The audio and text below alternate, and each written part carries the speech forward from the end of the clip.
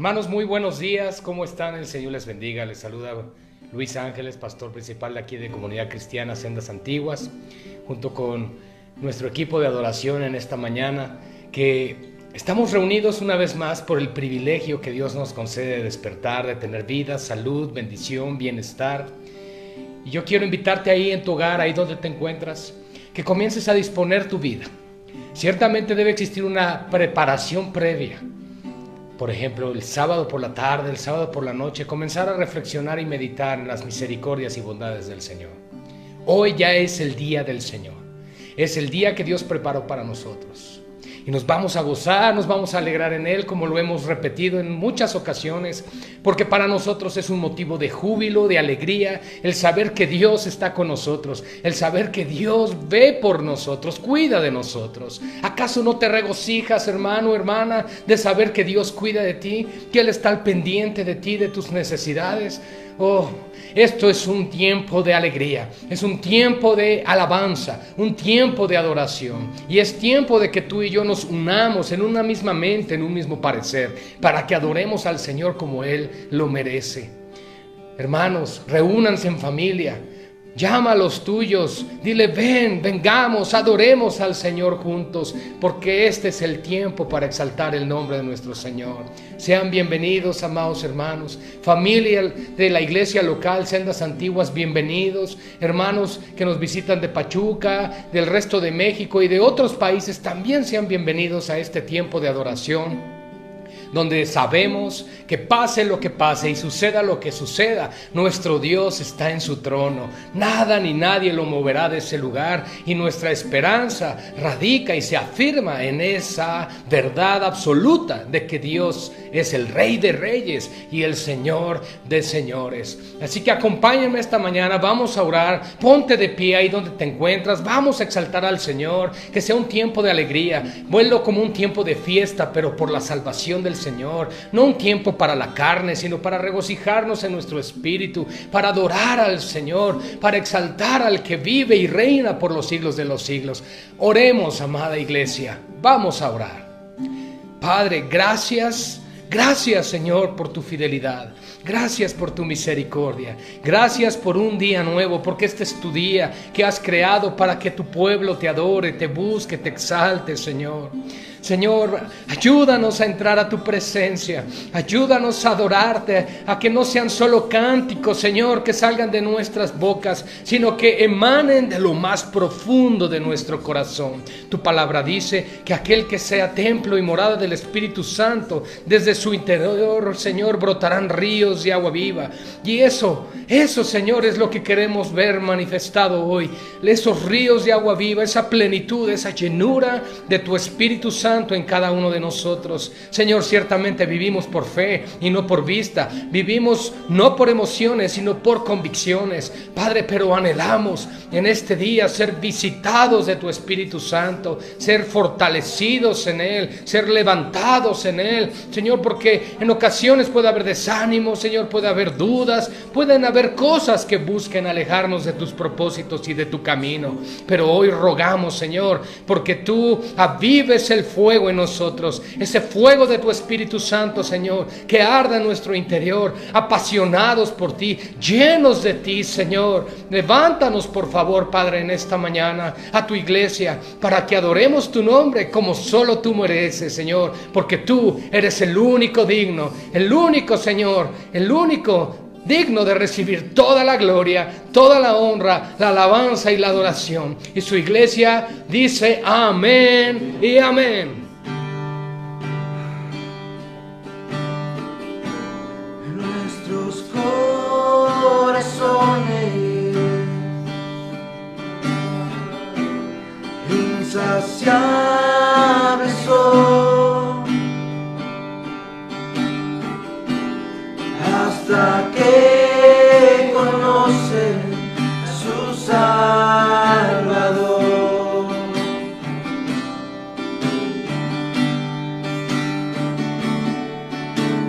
Tal y como somos nos amó, hoy nos acercamos sin temor.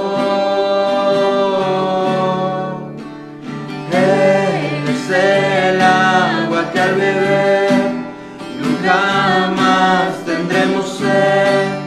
Jesucristo basta, Jesucristo basta. Mi castigo recibió y su herencia me entregó. Jesucristo basta, Jesucristo basta.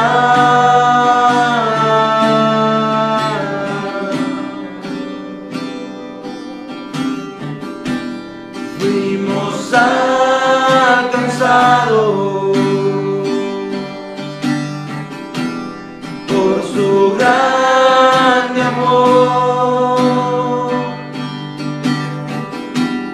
con brazos abiertos nos recibe hoy.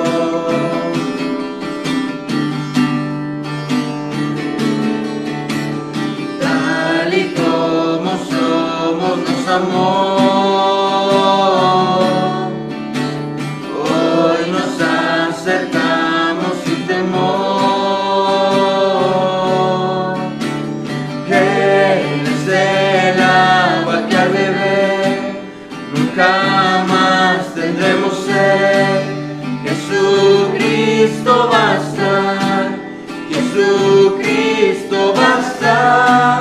Mi castigo recibió y su herencia me entregó. Jesucristo basta, Jesucristo basta.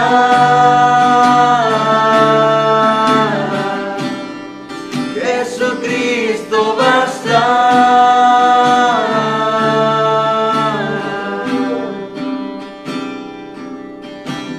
Tal y como somos nos amó. Hoy nos acercamos sin temor, sin temor. Tal y como somos nos amó. Hoy nos acercamos sin temor. Y Él es el agua que al beber nunca más tendremos sed. Jesucristo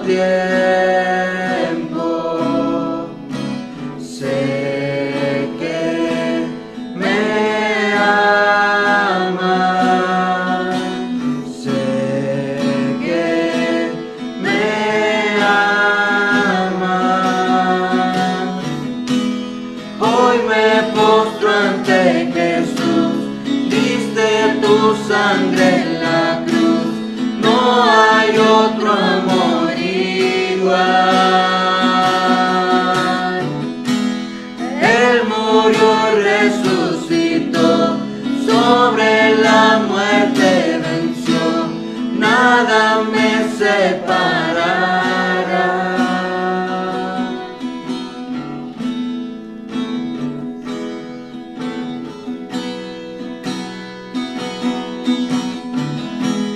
Mi escudo es, mi protección,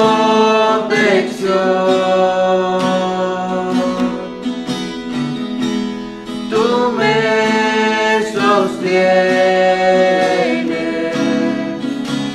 sé que me amas. Hoy me postro ante Jesús, diste tu sangre en la cruz, no hay otro amor igual. Él murió y resucitó, sobre la muerte venció, nada me separará. Hoy me postro ante Jesús, diste tu sangre en la cruz, no hay otro amor igual. Él murió y resucitó, sobre la muerte venció, nada me separará. El velo rasgó, el camino abrió, todo consumado es. El velo rasgó, el camino abrió, todo consumado es. Andé en tormentas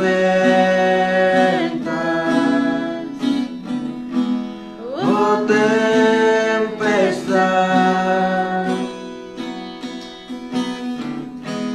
tú estás conmigo, sé que me amas, sé que me amas. Hoy me postro ante Jesús, diste tu sangre en la cruz, no hay otro amor igual. Él murió y resucitó, sobre la muerte venció, nada me separará. El velo rasgó, el camino abrió, todo consumado es. El velo rasgó, el camino abrió, todo consumado es. El velo rasgó, el camino abrió, todo consumado es. El velo rasgó, el camino abrió, todo consumado es.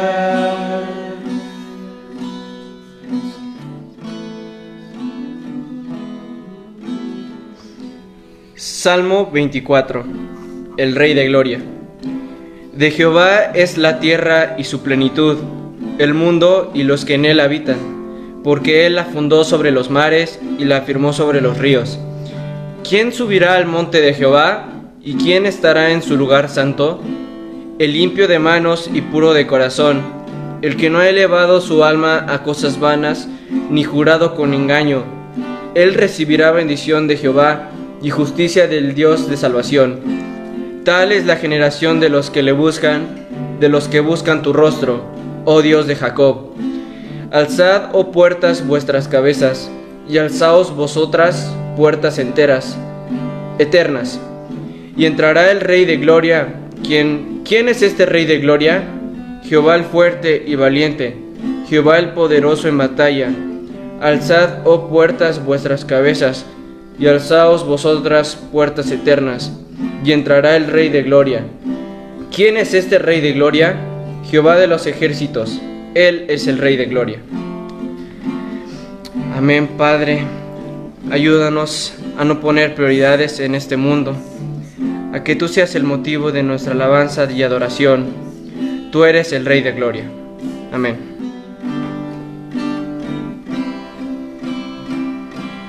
Que todo lo que soy bendiga al Señor, su nombre santo es. Con todo mi ser cantaré, su nombre alabaré. Que todo lo que soy bendiga al Señor, su nombre santo es. Con todo mi ser cantaré, su nombre alabaré.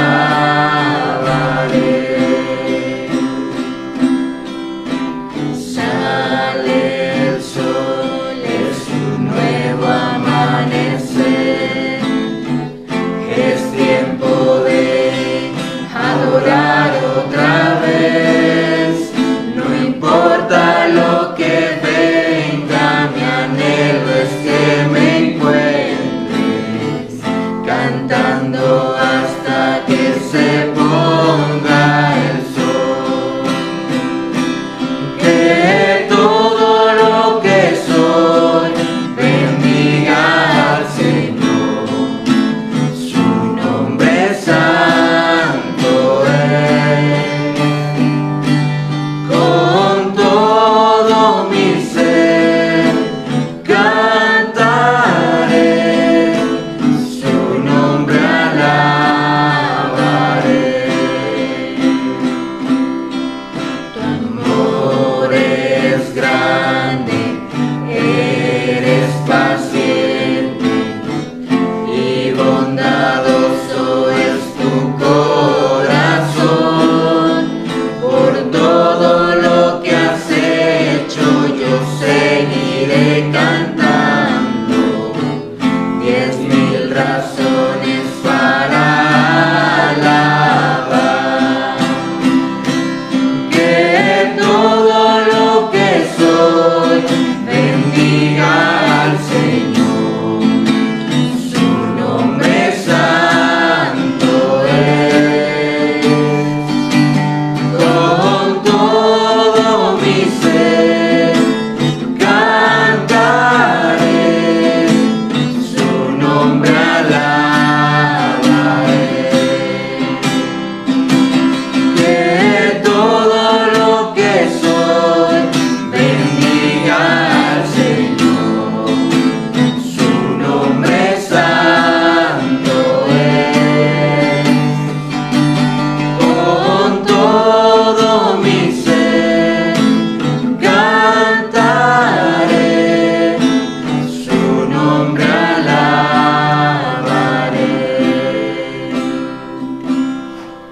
Y en ese día, cuando ya no tenga fuerzas y se acerque ya el final, aún así te seguiré cantando por 10,000 años y la eternidad.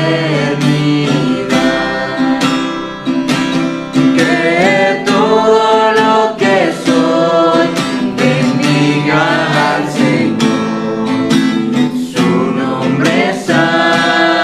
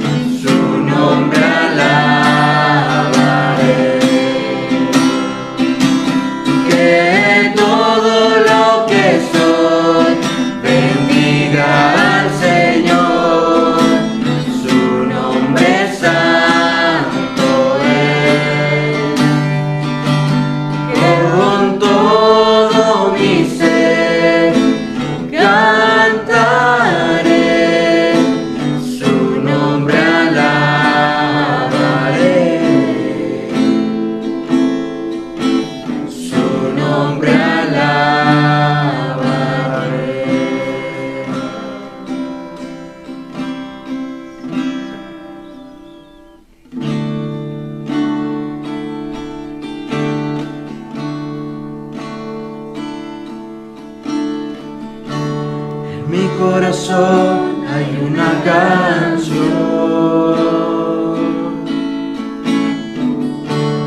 que demuestra mi pasión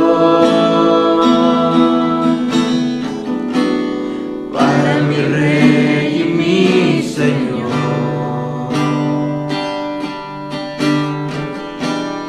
para aquel que me amó.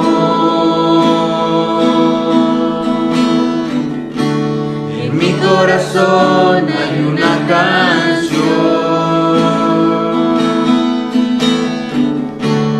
que demuestra mi pasión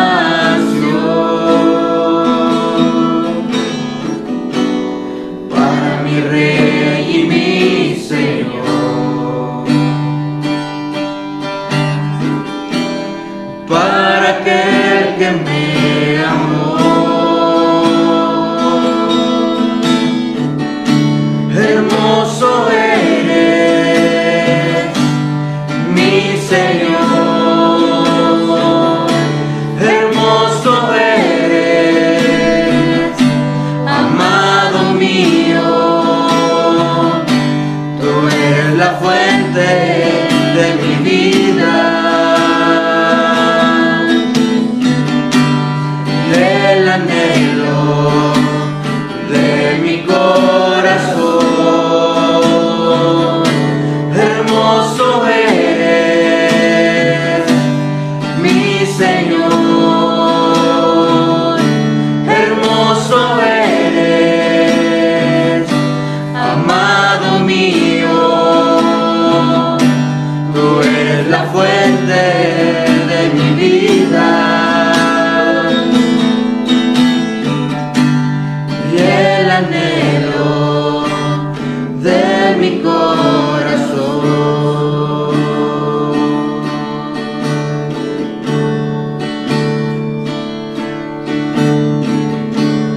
En mi corazón hay una canción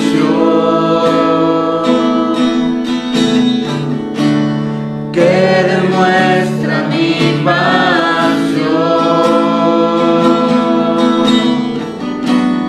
para mi Rey y mi Señor,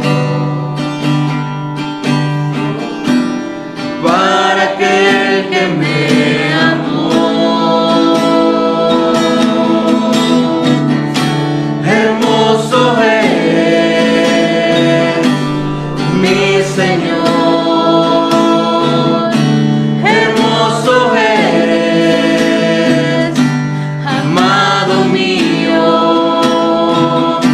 tú eres la fuente de mi vida y el anhelo de mi corazón. Hermoso eres, mi Señor, hermoso eres, amado mío, tú eres la fuente de mi vida, el anhelo de mi corazón.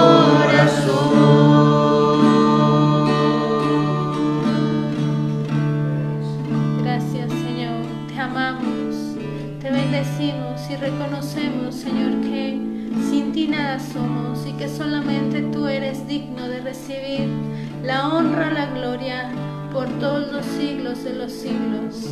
Amén. Gracias, Padre, porque tú eres santo, eres digno. A ti damos toda gloria y todo honor, Señor, en este día. Es a ti, Padre, a quien queremos exaltar y a quien queremos reconocer en todo momento como el Señor. Gracias por permitirnos cantar, por permitirnos adorar. Gracias por este tiempo, Señor, tan hermoso. Ahora oramos y rogamos, Señor, porque nos concedas caminar contigo. Señor, eres hermoso. Eres nuestro Señor, eres nuestro amado. Padre, y nuestro corazón se regocija en eso. Tú eres el amado de las naciones.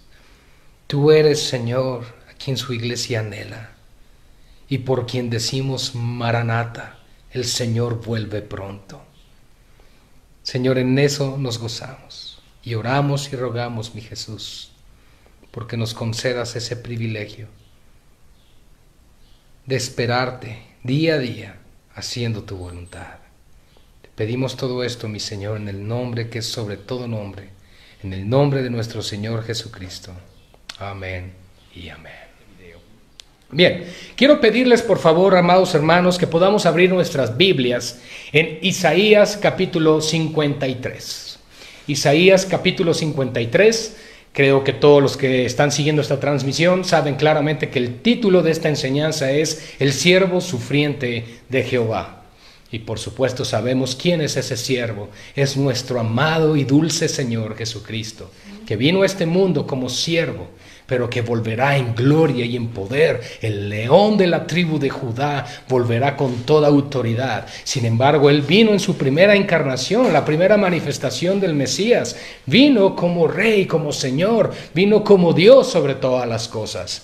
Vamos a orar, hermanos, antes de entrar a las Escrituras, para que nos sigamos de corrido durante el tiempo de la enseñanza. Oremos, hermanos. Padre, te damos gracias también en esta mañana por tu bendita palabra. Oramos, Señor, porque esta enseñanza, la cual es muy profunda, es de real ministración a nuestro corazón, pueda darnos un entendimiento más amplio de tu obra redentora. Sé que todos los que estamos escuchando esto, sabemos quién eres tú y en quién hemos creído. Pero probablemente, Señor, hay algunos que aún no dimensionan tu amor, la profundidad, la altura, la anchura, la longitud del amor de Cristo. Padre, y este pasaje es clave en las Escrituras. Qué inspiración tan gloriosa diste a tu siervo Isaías, Señor, en este texto. Gracias, Padre, por dejarnos estas letras, Señor, que son vivas, que son vida para nosotros, que ministran hasta lo más profundo de nuestra alma. Y ruego, Señor, me des sabiduría para poderla enseñar, porque sé que esta enseñanza, Señor, trae aliento a tu pueblo, trae fortaleza de saber quién eres tú y de quiénes somos nosotros en ti. Gracias por este tiempo, Padre. Te pedimos por favor que bendigas tu palabra y que todo corazón que sea también, Señor, receptor de esta palabra. Gracias por este tiempo, mi Dios, en el nombre de Jesús. Amén y amén. Isaías capítulo 53. Antes de introducirnos en cuanto a la dirección del mensaje que quiero darles esta mañana, solamente quiero recordarles históricamente qué piensan los judíos, la tradición, la religión judía de nuestros días con respecto a este pasaje. Porque es evidente y claro que es un pasaje que se enfoca única y exclusivamente en el Mesías del Señor, el siervo sufriente de Jehová, que para nosotros nos es entendido y revelado por el Espíritu Santo, que es nuestro Señor Jesucristo. No cabe duda que el cumplimiento de las profecías de este capítulo de Isaías tuvieron su cabal cumplimiento en la vida de nuestro Señor en el Gólgota. Durante su vida y ministerio, toda la obra redentora que Dios ejecutó para darnos salvación, perdón y vida eterna. Es ahora cuando nosotros nos enfrentamos a un pasaje que no es misterioso, sino claro. Es un mensaje puntual, es un mensaje que nos muestra a nosotros el camino correcto por el cual debemos de andar conforme al Mesías, salvación y redención. Hermanos, los judíos piensan que este pasaje habla, sí, del Mesías que ha de venir, pero no de Jesús que ya vino. Piensan también que probablemente Isaías está hablando en tercera persona referente a sí mismo, o que está hablando de algún otro profeta que sufrió. Pero no, mis amados. Nosotros sabemos claramente que este capítulo engloba el centro, el corazón del Evangelio. Es este capítulo, hermanos, donde nosotros encontramos la voluntad de Dios que fue prosperada en su siervo sufriente, en el Hijo que Él envió a morir en nuestro lugar. Y antes de entrar al capítulo 53, quiero que me acompañen a partir del versículo 13 del capítulo anterior. Nos habla de los sufrimientos del siervo de Jehová. Y es claro, hermanos, que Dios le está llamando aquí siervo porque vino a servir. Él no vino a servirse a sí mismo, sino a poner su vida en rescate por muchos. Él no vino a ser servido, sino a servir a los demás. El claro ejemplo de humildad, el claro ejemplo de servicio, el claro ejemplo de un siervo de Dios nos lo dejó nuestro Señor Jesucristo. Y los sufrimientos que Él tuvo los expresa antes de introducirnos al capítulo 53 de la siguiente forma, en el 52 verso 13. He aquí, mi siervo será prosperado, será engrandecido y exaltado y será puesto muy en alto. Gózate, hermano, por eso. Como se asombraron de ti muchos, de tal manera fue desfigurado de los hombres su parecer y su hermosura más que de los hijos de los hombres. Así asombrará él a muchas naciones. Los reyes cerrarán ante él la boca, porque verán lo que nunca les fue contado y entenderán lo que jamás habían oído. En este preludio al capítulo 53, el Señor está revelando que nuestro Señor será prosperado, nuestro Señor Jesucristo, su obra, su plan redentor, la encarnación de la segunda persona de la Trinidad, el plan eterno redentor desde antes de la creación sería prosperado. ¿Por qué? Porque Jesús como siervo obedeció absolutamente en todo a su Padre. No hubo lugar a dudas en nuestro Señor en ningún momento. Aún en Getsemaní su carne tembló. La hematohidrosis que padeció, que es la sangre mezclándose con el sudor, eso que solo se manifiesta cuando un cuerpo, una vida es llevada a tal extremo de miedo, Él aún así dijo: Señor, mas no se haga lo que yo, sino lo que tú. Hermanos, la voluntad de Dios el Padre fue prosperada en su Hijo, y el ministerio intercesor y sustitutorio en la cruz de Cristo como nuestro sacrificio también fue ofrecido así. ¿Saben? Jesús, nuestro Salvador y Señor, es el Mesías prometido.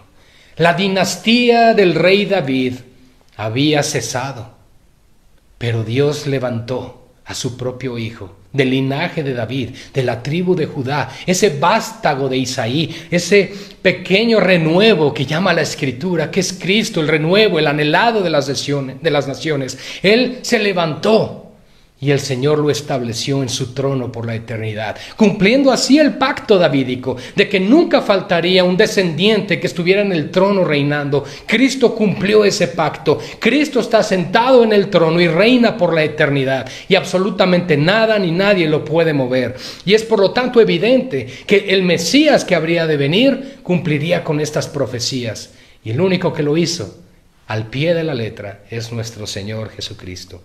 Isaías 53, entonces, después que vimos de que por su voluntad, por su palabra, por su sabiduría, aún los reyes cerrarían su boca, no tendrían objeción, no tendrían manera. Aún Poncio Pilatos dijo: este hombre no es culpable. Hermanos, Jesús es la sabiduría de Dios manifestada en carne. Jesucristo vino a revelar al Padre, vino a revelar la voluntad de Dios, pero sobre todo vino para que la voluntad de Dios fuera prosperada en todo. Hermanos, tenemos que entender algo. Dios nos ha llamado a ti y a mí a prosperar en Cristo. Ciertamente la prosperidad es bíblica y eso es algo de Dios, pero no la prosperidad como el mundo la concibe, o el falso evangelio de la prosperidad, sino que estamos hablando de prosperar en lo espiritual, prosperar en crecer en el Señor, prosperar en nuestros caminos con Cristo, y por supuesto, si Dios le place, añadir cosas de este mundo. Pero hermanos, jamás será la meta, la riqueza de este mundo para un hijo de Dios. Un verdadero hijo de Dios entiende que la riqueza es Cristo, es el Señor. Isaías 53, entonces. ¿Quién ha creído a nuestro anuncio? Es una pregunta plural, y no es en sí Isaías quien lo hace, sino la misma Trinidad. ¿Quién ha creído a nuestro anuncio? ¿Y sobre quién se ha manifestado el brazo de Jehová? Es una pregunta, y es una pregunta que va a ser respondida a continuación. Me encanta esto, hermanos, porque la profecía siempre tiene respuesta. La profecía, aquí Dios está revelando que su voluntad es prosperada a través de su Mesías. Vamos a ir identificando esto poco a poco, pero la pregunta es sumamente importante. ¿Quién ha creído a nuestro anuncio? Hermanos, ¿qué no acaso nos damos cuenta hoy mismo que hay un rechazo contra Cristo? ¿Que no nos damos cuenta que el mundo actual que estamos viviendo pinta como no necesaria o no esencial a la iglesia? Hermanos, la iglesia es el cuerpo de Cristo, y al decir la iglesia no es esencial para la humanidad, estás diciendo Dios no es esencial para nuestras vidas. Lo único que estamos viendo es que este mundo cada vez se encamina más hacia el colapso que hemos previsto en las Escrituras, que Dios advirtió. Sin embargo, la voluntad de Dios ha sido, es y será prosperada en el plan redentor. Jesús ya vino, hermanos, y Jesús prometió volver. Y Él volverá por su iglesia. Y tú y yo tenemos que estar preparados, pero tenemos que entender cómo Él preparó ese lugar. Yo quiero que todos tengan en mente por un momento cuando Él en San Juan capítulo 14, versículos 1 al 3 dice: en la casa de mi Padre muchas moradas hay. Ya existe ese lugar. Cuando Él dice voy pues a preparar lugar, no implica que Él va a ir y va a construir casas, no. Ese lugar Él lo preparó en la cruz. Ese lugar fue preparado para que tú y yo podamos ir a la presencia y todo su plan y voluntad sea prosperado en el sacrificio de su Hijo Jesucristo por nosotros. Por eso hace una pregunta: ¿quién ha creído a nuestro anuncio? La realidad es que casi nadie, hermanos. Casi nadie. ¿Y sobre quién se ha manifestado el brazo de Jehová? Bueno, entonces da un giro el profeta y empieza a hablar de Cristo. Una profecía tremenda. Acompáñenme, hermanos, a partir del versículo 2. Subirá cual renuevo delante de él y como raíz de tierra seca. Esto implica lo que decía yo en mi introducción acerca del linaje y dinastía de David, que ya no había reino prácticamente en Israel. Cuando el reino fue dividido por la confrontación, o cuando fue la invasión, de Nabucodonosor, en los tiempos de Roboam, nieto de David, hubo una división del reino y hubo una situación terrible, guerras, pleitos, hasta que finalmente el reino, por decirlo así, como monarquías, desapareció. Prevaleció, por supuesto, la religión judía, las diferentes sectas que conocemos a lo largo de los evangelios, los saduceos, los fariseos, pero llegó un momento donde Dios cumplió su promesa. De esa tierra seca, de ese lugar donde ya no había esperanza, Dios levantó a su Mesías, el descendiente de David, el hijo de David, que así le llama la Escritura, el Hijo del Hombre. Dios cumple, entonces subirá cual renuevo. Será como ese pequeño vástago que sale de una rama seca. Así salió el Señor cuando ya no había esperanza para Israel. Y probablemente así llegó Dios también a nuestras vidas. Cuando ya no había esperanza, cuando nuestras vidas estaban secas, cuando en nuestras vidas no había un propósito, el Señor llegó y nos presenta delante de Cristo y nos da ahora una motivación y una razón para vivir. Gloria a Dios por esto. Subirá cual renuevo delante de él y como raíz de tierra seca. Ahora dice, no hay parecer en él ni hermosura. Le veremos más inatractivo para que le deseemos. Y podemos recordar que en el versículo 14 del capítulo anterior nos dice también que fue desfigurado en su parecer. Hermanos, cuando él fue a la cruz, él estaba totalmente desfigurado. En el griego original se dice que era como una llaga completa nuestro Señor por todas las heridas que sufrió una noche antes. Es tremendo lo que le pasó a nuestro Señor. Él no era ni siquiera de hermoso semblante. Yo entiendo que las películas y las pinturas, los cuadros, pero nos pintan a un Jesús bello, hermoso físicamente, pero Isaías nos dice no, él no era así, con el propósito de que no pusieran sus ojos en su físico como lo hizo aquella nación de Israel cuando escogieron al rey Saúl. No, lo que Dios quería es que pusieran sus ojos en su palabra, en su mensaje, en su testimonio, en lo que Él estaba haciendo. Nosotros no deberíamos estar siguiendo, por lo tanto, a Jesús por las apariencias, sino por quien es Él. Ese es el punto, ese es el objetivo de lo que está diciendo al Señor. Así que, mis amados, Él fue totalmente desfigurado. Su rostro fue desfigurado. Los evangelios nos narran que lo golpeaban. Le golpeaban el rostro, le insultaban, le decían, profetízanos. ¿Quién te golpea? ¿Se dan cuenta cómo esta palabra se tuvo que cumplir cuando nuestro Señor vino a morir por ti y por mí? Esta palabra se cumplió. Le veremos más inatractivo para que le deseemos. Ese es el objetivo y ese es el punto, incluso de la iglesia del día de hoy. No debemos mirar a Jesús por lo que Él nos puede dar en cuanto a las cosas de esta vida, sino por lo que Él ya ofreció y dio, el rescate de nuestras almas.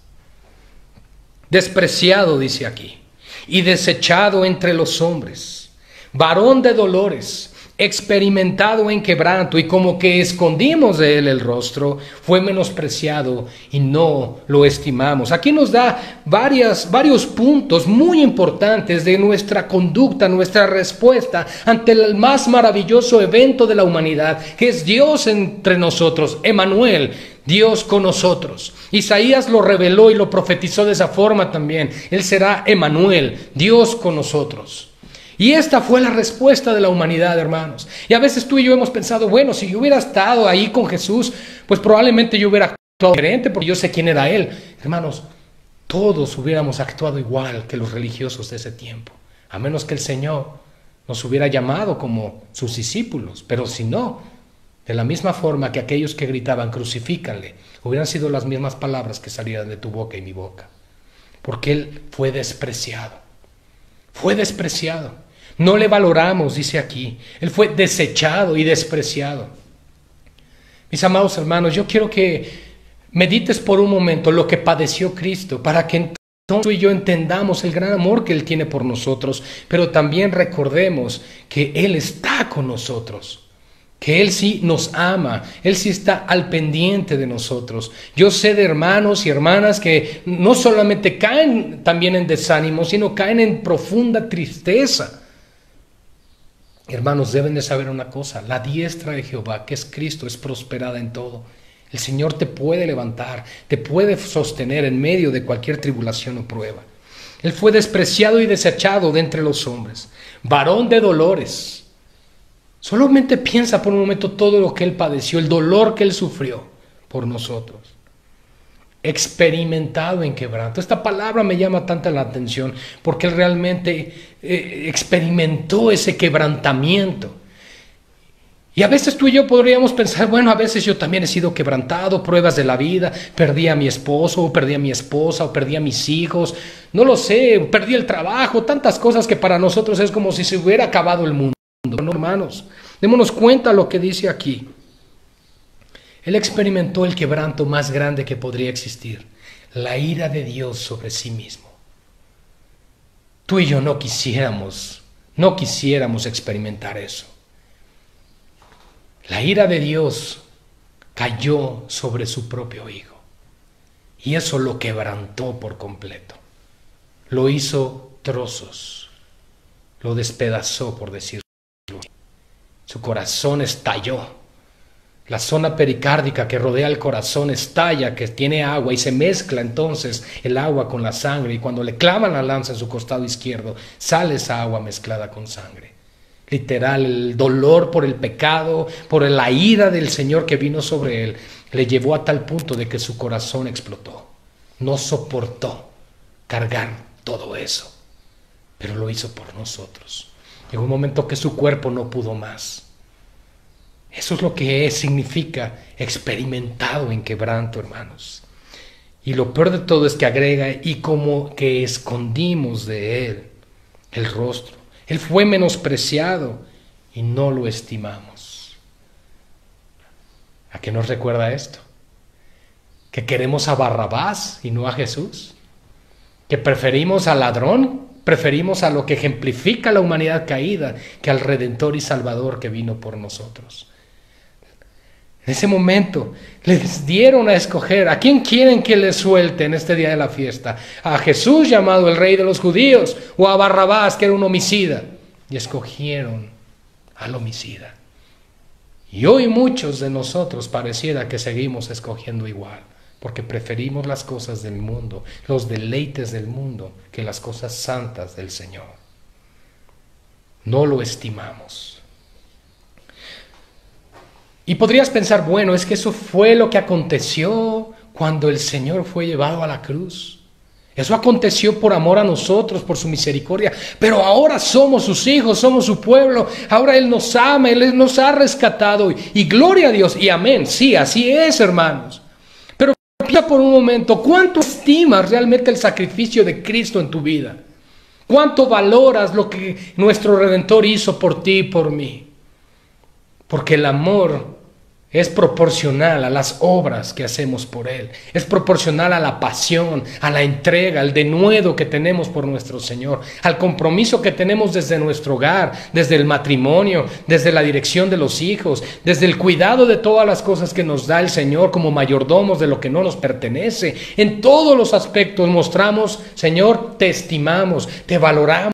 Te amamos porque hemos sido reconciliados con tu Padre por medio de este sacrificio tan terrible que yo mismo propicié. Pero como cristianos, a veces no estimamos al Señor, no valoramos a Dios, no le damos el único lugar que Él merece en nuestras vidas, porque no es solo el primer lugar, sino el único que debería de ser. Porque Dios no se puede equiparar en un escalafón de rangos. Dios lo debería ser todo para nosotros. Debe haber ese entendimiento en nuestras vidas. Muchas veces yo sé que se ha enseñado cosas como Dios en primer lugar, luego tu cónyuge. No, es que no debe de ser así. Porque Dios es santo, Dios es otro. Él no se compara con su creación o con algo creado. Para nosotros, nuestro corazón debe estar lleno de Cristo, lleno de Dios. Esa es la razón. Ciertamente llevó Él nuestras enfermedades y sufrió Él también nuestros dolores. Y nosotros le tuvimos por azotado, por herido de Dios y abatido.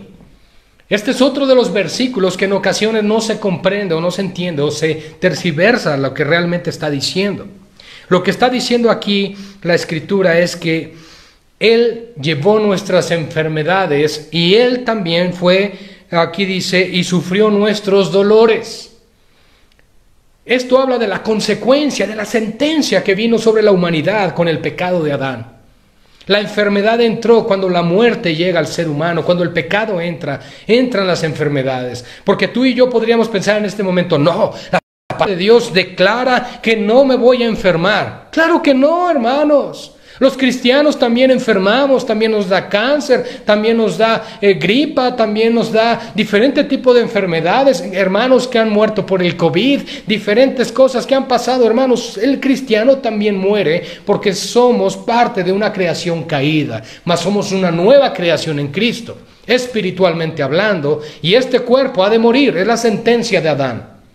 Pero tú y yo tenemos la oportunidad en Cristo de que cuando Él nos llame a su presencia, estaremos eternamente con el Señor.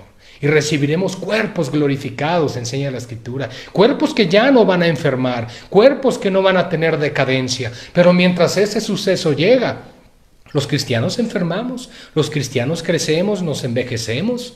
Eso también nos sucede a nosotros. Entonces la promesa de la palabra de Dios no es que no te vas a enfermar, sino que Él llevó sobre sí mismo las consecuencias y la sentencia del pecado de Adán. Ese es el punto. Cristo, por lo tanto, llevó nuestras enfermedades y sufrió nuestros dolores. Todo lo que implica las consecuencias adámicas. Y nosotros le tuvimos por azotado y por herido de Dios y abatido. Es decir, como un mártir, como alguien, ay, pobrecito, le pasó esto y que nosotros qué culpa tenemos. Es decir, no nos responsabilizamos de lo que Cristo estaba haciendo por nosotros en la cruz. No hay un entendimiento de lo que Cristo tuvo que venir a hacer a ese lugar en el Gólgota hace 2000 años, crucificado en un madero. Porque no hay entendimiento. Solo el Espíritu Santo nos puede revelar lo que sucedió en ese lugar. El Hijo de Dios, el unigénito del Padre, estaba muriendo ahí por nuestros pecados. No le podemos tener solo como alguien abatido. Ah, Dios quiso. No, no, no. Tenemos que entender nuestra responsabilidad en que Él haya muerto ahí, para que entonces valores tu salvación, para que entonces aprecies la gracia de Dios, le des realmente el valor que merece.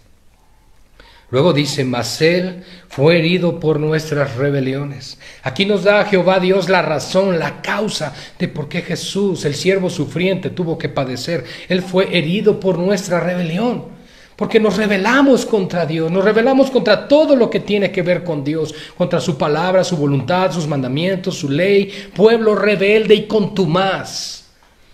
Pero el Señor, fíjense, dice aquí que Él fue herido por nuestras rebeliones, molido por nuestros pecados, y el castigo de nuestra paz fue sobre Él. Y por su llaga fuimos nosotros curados. ¡Wow! Vean lo que pasó en la vida de nuestro Señor y Salvador ahí en la cruz. El siervo sufriente de Jehová, el Mesías prometido, la encarnación de nuestro Señor. Él hizo lo siguiente: fue herido por nuestra rebelión, fue molido, que en el hebreo antiguo implica masticado. Imaginen solamente cómo estaba Él en su cuerpo. Fue molido por nuestros pecados. Cada vez que dice esto, nuestras rebeliones, nuestros pecados, implica que la culpa es nuestra, pero que Él cargó sobre sí mismo y por amor nuestra culpa sobre sí mismo para morir en esa cruz. Molido por nuestros pecados, el castigo de nuestra paz. Recuerden que justificados pues por la fe tenemos paz con Dios, como enseña Romanos 5:1. La única forma de que pudiera retornar esa paz, esa reconciliación entre Dios y los hombres, fue a través de este sacrificio, a través del Mesías, del siervo sufriente de Jehová. Solamente así habría reconciliación. Fue herido por nuestras rebeliones, molido por nuestros pecados. El castigo de nuestra paz fue sobre Él, y por su llaga fuimos nosotros curados. Lo que hemos dicho, basados en el versículo anterior. La llaga de Cristo, su herida, su muerte, en conclusión, es lo que nos da a nosotros ahora la vida, lo que nos da a nosotros la sanidad eterna, la salvación que tú y yo no teníamos, que por gracia ahora nos ha sido otorgada en Cristo Jesús. Adán y Eva se separaron, la humanidad se separó. El plan redentor de Dios, por lo tanto, se manifestó en su siervo sufriente. Dios envió a su Hijo en semejanza de carne y sangre para morir por nosotros. Eso es lo que hizo Jesús, hermanos. Eso es lo que este pasaje tan hermoso de Isaías 53, y digo hermoso porque para nosotros implica nuestro perdón, nuestra paz, nuestra reconciliación, nuestra salvación eterna. Pero para Él lo implicó entregar a su propio Hijo, entregarlo en rescate nuestro. Y luego dice aquí también la razón. ¿Por qué tuvo que pasar todo esto? Porque todos nosotros, y hermanos, ni tú ni yo sabemos realmente hebreo antiguo, pero nosotros es nosotros. Todos nosotros nos descarriamos como ovejas. Esa es la razón por la cual el siervo sufriente de Jehová tuvo que venir. Porque nos descarriamos, nos salimos del redil. Él como buen pastor cuidaba de nosotros, pero nos desviamos, nos perdimos realmente. Pero escuchamos en algún momento la voz del buen pastor que nos llamó a volver hacia Él, y en su misericordia Él nos rescató. Pero esta es la razón por la cual Jesús tuvo que venir a morir en la cruz, a sufrir todo el oprobio que nos habla la Escritura, porque tú y yo nos habíamos descarriado, nos habíamos salido del camino. Nos descarriamos. Cada cual se apartó por su camino. Y además agrega aquí, mas Jehová cargó en Él el pecado de todos nosotros. ¿Te das cuenta lo que hizo el Señor? Cargó el pecado sobre su propio Hijo en la cruz. Y angustiado Él y afligido, no abrió su boca. El Señor no dijo, no, ¿por qué me están haciendo esto? No, todo lo contrario. Él como un cordero fue llevado al matadero, el cordero de Dios, como lo identificó Juan el Bautista. Y como oveja delante de sus trasquiladores, Él enmudeció y no abrió su boca. La voluntad de Jehová fue prosperada en su siervo sufriente. Todo tenía que acontecer, todo tenía que cumplirse de acuerdo al plan de Dios. Y así fue. Y podemos dar gloria al Señor, porque esto nos da a nosotros el perdón de nuestros pecados y la esperanza de la vida eterna. Aquellos que siguen las lecturas de la Biblia, hemos concluido con la lectura de Apocalipsis en esta semana que terminó. Y qué hermoso es saber que Dios lo que promete, lo cumple. Y que aquello que Él prometió, incluso en el futuro, de venir por nosotros y de estar con Él para la eternidad, y de que todos sus enemigos serán puestos por estrado de sus pies, se cumplirá. Eso a nosotros nos da el gozo y la alegría de saber que también lo que hizo en la cruz fue perfecto, y lo que vendrá en el futuro, amados hermanos, será la perfección consumada, y estaremos tú y yo ahí para verlo. Gloria al Señor. Además agrega, por cárcel y por juicio fue quitado. Es decir, fue llevado condenado como un preso, como alguien que realmente mereciera estar ahí, pero tú y yo sabemos que fue esto injustamente. Falsos testigos se levantaron, pagados contra Cristo, con tal de llevarle a la sentencia, pero la voluntad de Dios predeterminada así lo indicó. Cárcel y juicio fue quitado, y su generación, ¿quién la contará? ¿Quién la contará, hermanos? A su generación, todos aquellos que serán fruto de esto, porque fue cortado de la tierra de los vivientes. Por la rebelión de mi pueblo, dice el Señor, Él fue herido. ¿Te das cuenta? ¿Te das cuenta? Yo creo que si tú y yo fuéramos Dios, hubiéramos actuado de otra forma, pero podemos dar gracias a Dios de que no somos Él. Porque probablemente hubiéramos dicho, mejor destruimos todo esto. Pero el Señor en su misericordia ha diseñado un plan perfecto que implicaba la muerte de su propio Hijo, sacrificarlo y entregarlo. Dudo que tú entregaras a tu hijo o a tu hija, ¿verdad?, en sacrificio por los demás, pero lo hizo por amor a nosotros. Y se dispuso con los impíos de sepultura, eso lo entendemos, con los ladrones a un lado de Él, en la cruz. Mas con los ricos fue en su muerte. Esto implica también José de Arimatea, que tenía sepulcro nuevo, y él pidió el cuerpo de Jesús para depositarlo o para enterrarlo en ese lugar, para colocarlo en ese lugar, es el término correcto.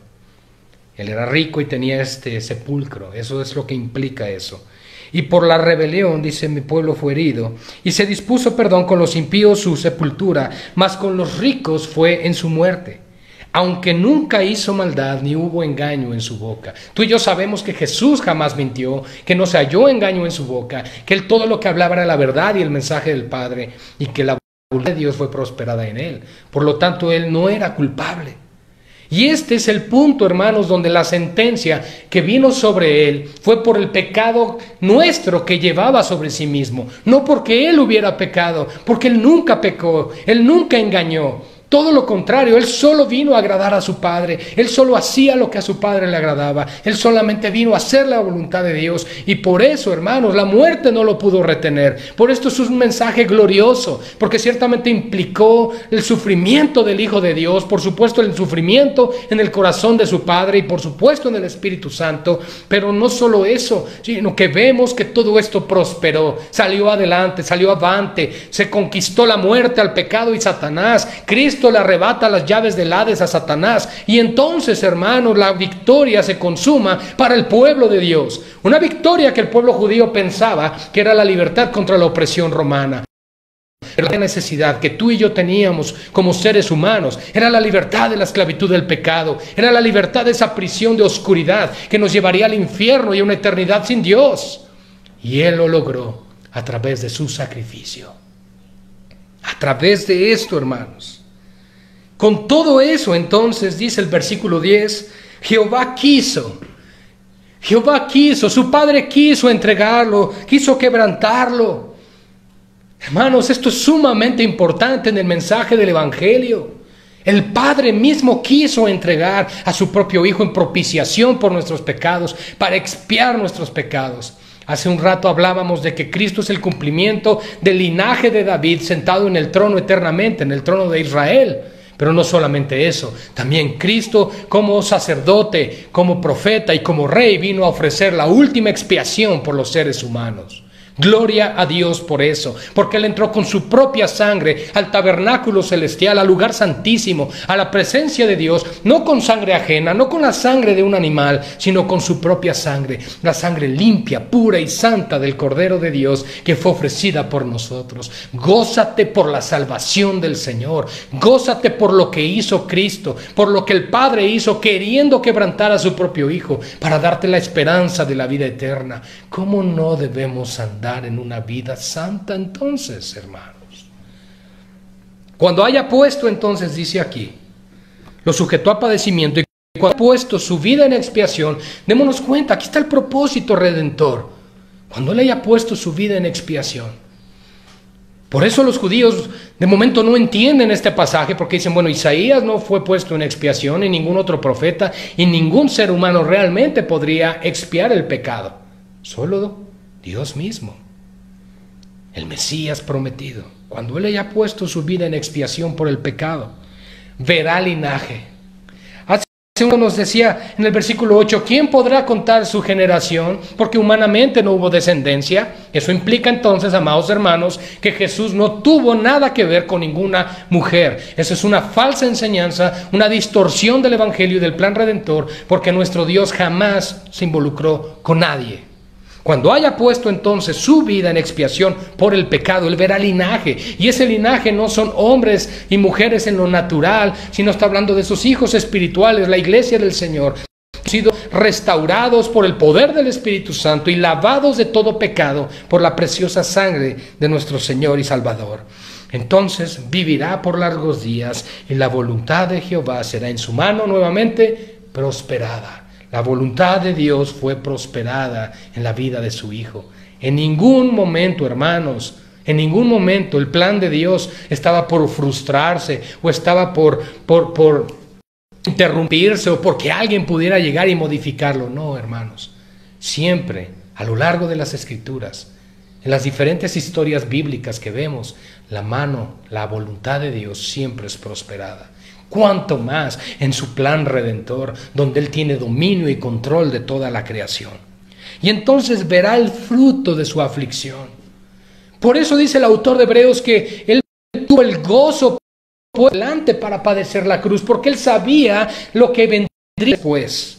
El linaje, la iglesia, el pueblo que le ama y que adora a Cristo. Porque debemos saber algo, aquellos que verdaderamente somos de Cristo, amamos y anhelamos su regreso. Así que veremos el fruto de la aflicción de su alma y quedará satisfecho. ¿Quién? El Señor. Cristo satisface plenamente al Padre. Todo lo que necesitábamos tú y yo para nuestra salvación, el Señor lo consumó. Recordemos las palabras en la cruz, tetelestai, consumado es. Por su conocimiento justificará mi siervo justo a muchos, es decir, cuando venimos al conocimiento del Redentor y Salvador, y llevará las iniquidades de ellos. Eso hizo Él por nosotros, mis hermanos. ¿Cómo no amar al Señor? ¿Cómo no servirle? Y vamos a hacer un giro a esta pregunta. Si Él hizo todo esto, ¿cómo no nos sostendrá en medio de una pandemia? No nos sostendrá en medio de cualquier persecución o situación. Hombres de poca fe. Hermanos, Dios nos dé la fe para sostenernos siempre en su palabra y sus promesas. Esto que hemos aprendido hoy, hermanos, debe fortalecer nuestra comunión con Cristo más que nunca. Debe recordarnos lo que Él hizo por nosotros. Porque es muy triste que incluso en este momento pienses, yo ya había oído hablar de la muerte de Cristo en la cruz, predíquenme otra cosa. Es que no hay mensaje más importante que Cristo en la cruz. ¿Que no acaso no nos damos cuenta que el mismo apóstol Pedro en sus viajes misioneros decía, yo no me propuse ninguna otra cosa? Yo podría venir y darles 5 puntos para la vida cristiana, 4 para el matrimonio cristiano, 10 puntos para ser un buen siervo, pero no, Él se propuso una sola cosa, predicar a Cristo y a este crucificado, porque es el poder del Evangelio que se encierra, hermanos, en la crucifixión de Cristo, su muerte y resurrección de entre los muertos. Esa es la palabra de verdad, es la palabra de vida que tú y yo debemos proclamar a la luz de este entendimiento.